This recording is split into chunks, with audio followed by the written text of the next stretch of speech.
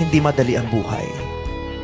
At ang lipunan ay napakalupit sa mahihirap, sa hindi nakapag-aral, sa walang magandang trabaho, sa walang may pagmamalaki.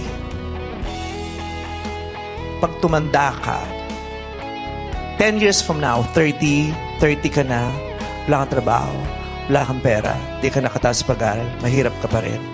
Maraming kakawawa sa'yo at matakot ka. Kaya ngayon pa lang hanggat maaga, tayo ka na for yourself. Okay? I was afraid this time would come. I wasn't prepared.